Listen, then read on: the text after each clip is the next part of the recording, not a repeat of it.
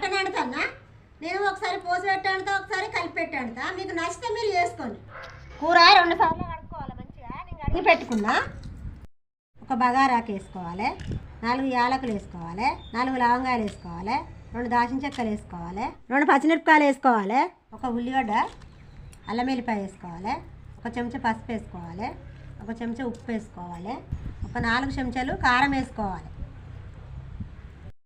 పుదీనా వేసుకోవాలి, మంచిగా కడిగి కొత్తిమీర వేసుకోవాలి, ఒక 2 పావుల నూనె పోసుకోవాలి, మంచిగా కలుపుకోవాలి. పొయ్యి మీద పెట్టుకోవాలి, మూత తీసి ఒకసారి కలుపుకోవాలి. 2 చెంచాల నీళ్ళు పోసుకోవాలి. ఒక 10 నిమిషాలు మూత పెట్టుకోవాలి. అదే మంచిగా ఉడుకుతుంది. మంచిగా ఉడికింది, ఇక ఇట్లా దగ్గరికి ఉడికింది. మసాలా వేసుకొని ఇక దించుకోవాలి. మటను మంచిగా ఉడికింది. మీకు కూడా నచ్చితే మీరు వేసుకోండి, నాకు సపోర్ట్ చేయండి.